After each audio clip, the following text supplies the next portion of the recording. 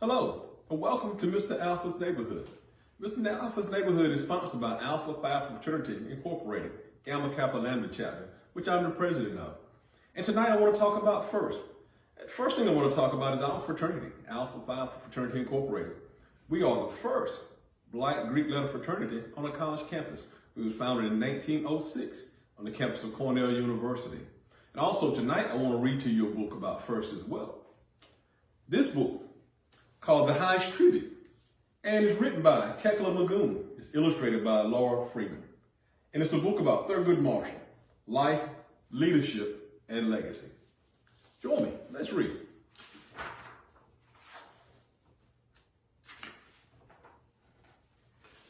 Thurgood Marshall was in second grade when he decided that if there was something that he didn't like about the world, he should try to change it. He started with his own name. Thurgood, he decided. From now on, I will be known as Thurgood Marshall. That's him changing his name when he was in second grade.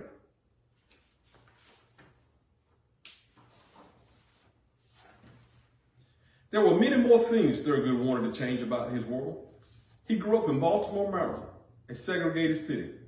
The law required black people and white people to use separate public facilities, such as restrooms and water fountains. Many stores and restaurants had whites-only signs. Theaters had separate seating areas too. Thurgood observed big differences between the spaces for black people and white people. They were separate, but were not equal. It was wrong, but it was the law, and one little black boy couldn't change it. Could he? Here's some of the signs.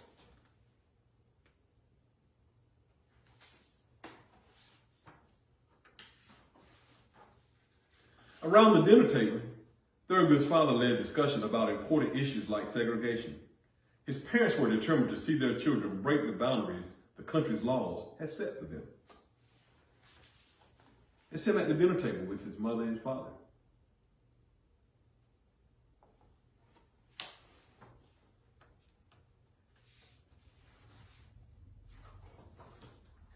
If Thurgood was going to change anything, he had a lot of work ahead of him.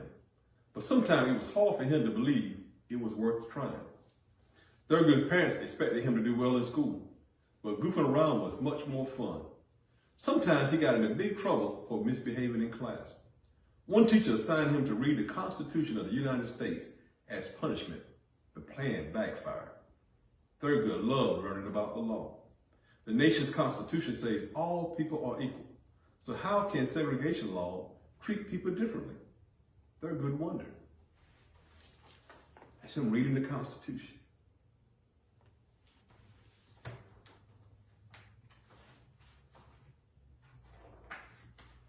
Thurgood joined the high school debate club. It was a good place to ask his question and discuss solutions.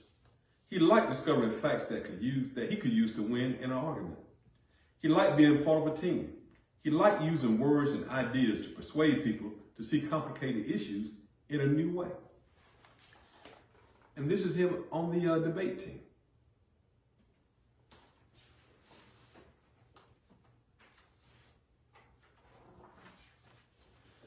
Segregation meant Thurgood had to attend a black college, so he went to Lincoln University in Pennsylvania.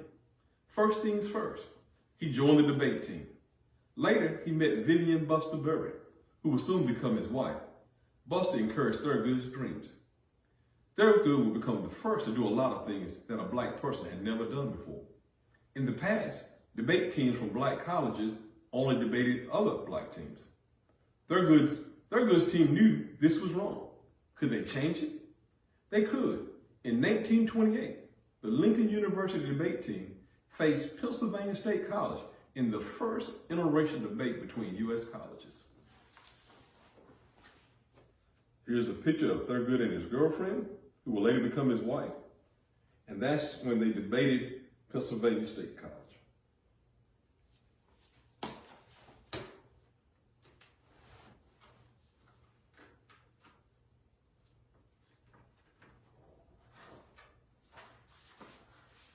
Thurgood wanted to become a lawyer, but his preferred law school was the University of Maryland.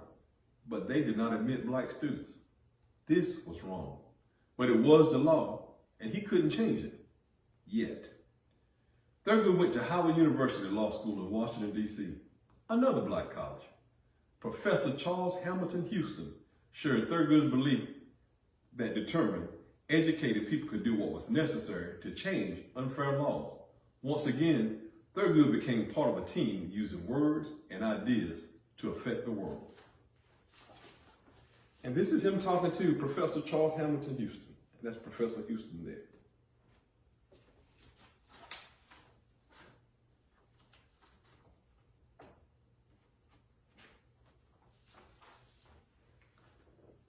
Thurgood studied harder than ever and graduated first in his class. As a young lawyer in Baltimore, he represented Donald Murray, a black man who wanted to attend the University of Maryland. The school's white-only admission policy was wrong, and it was time to try to change it. Thurgood won the case, resulting in the nation's first court order to desegregate a school. This accomplishment was one step in a long-term plan to urge courts to outlaw segregation everywhere. Thurgood gained a reputation for being an excellent attorney. He took on civil rights cases all across the country. He worked alongside Professor Houston, who became special counsel to the National Association for the Advancement of Colored People, the NAACP, in New York.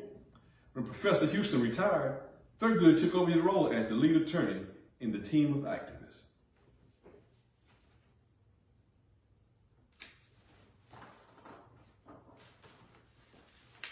This is his first case in desegregated University of Maryland, and this is him taking Professor Houston's place at the NAACP.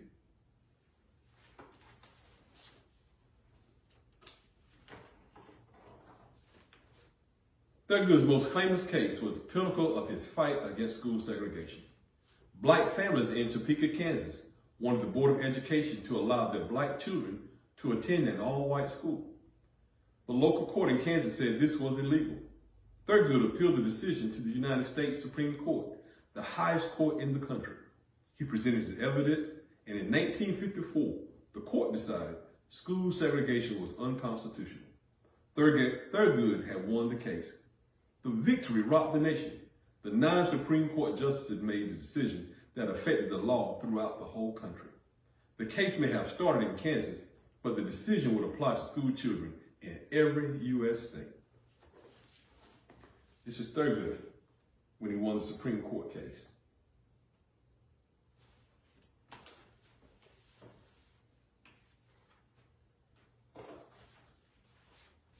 Thurgood argued and won 7 important cases before the Supreme Court. Each case was one piece of his plan to make the United States a fair and equal place for all people.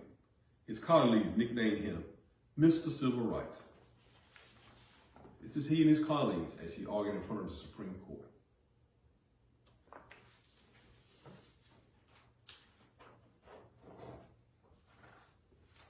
Thurgood's wife, Buster, grew ill and died of cancer in 1955. He mourned the loss of his beloved partner, who had always nurtured and encouraged him. He later married Sisti Suyat, a Filipino woman 20 years younger than he was. No one minded the age difference, but interracial marriage was controversial at the time. Thurgood didn't care what people thought. He loved Sissy. They had 2 children together, Thurgood Jr. and John. His family was another team. Thurgood enjoyed being part of that team. Sissy worked alongside him at the NAACP. His sons would grow up to take jobs in public service, working for justice in their own ways. This is he, and this is he and his wife and their 2 children.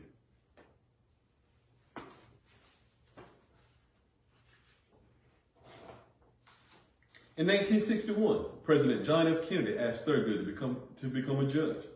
Instead of arguing cases himself, other lawyers would argue cases in front of him, and he would get to decide. Thurgood accepted the job. He listened to over 100 court cases. None of his decision was overturned by a higher court. That's President John Kennedy, and that's Justice Marshall, and that's later when he became a judge.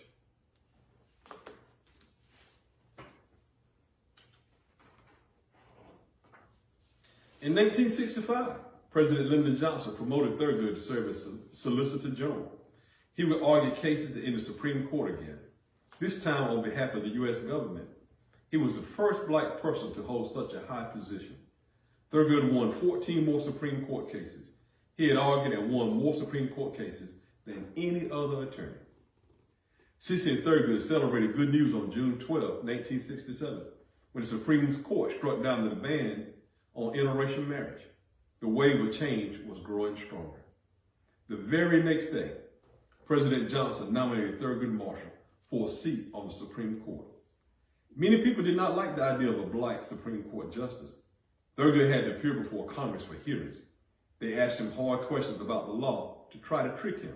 But after years of being a lawyer, Thurgood was used to facing pressure from powerful people. He stayed calm, and when he was finished speaking, Congress could not deny that he was qualified. As President Johnson nominated him to the Supreme Court, that's he and his wife, the day after interracial marriage was struck down, and that's he again being interviewed by Congress to be a judge to be nominated for the Supreme Court.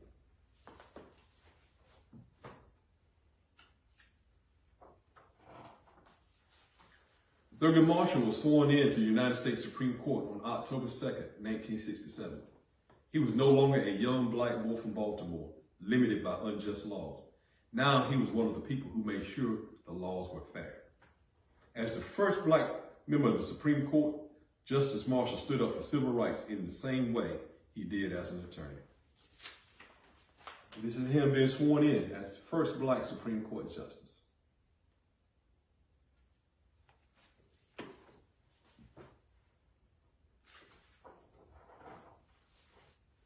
Among the 9 justices, decisions were made not by one person, but by the group.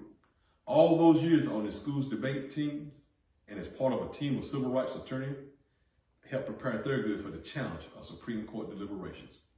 Thurgood's ideas could not win every argument, but he was good at making his opinion heard.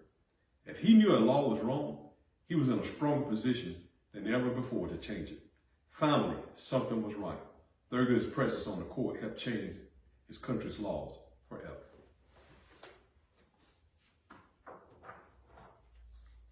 Upon his retirement, Thurgood left all his private writings, notes, and journals to the Library of Congress for immediate public use.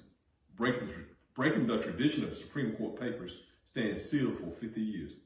If his ideals could continue to help create equality, he wanted them to be seen by scholars, law students, or anyone with a desire to peek behind the scenes of history. When he died at age 84, Thurgood Marshall was laid in state in the Supreme Court rotunda, an honor given only to one other justice before him. The whole country knew and still knows, throughout his lifetime of service to humanity, Thurgood Marshall earned himself the highest tribute. And that's the end. The highest tribute, Thurgood Marshall, life, leadership, and legacy. Thank you for joining me for another episode of Mr. Alpha's Neighborhood. We'll see you tomorrow night.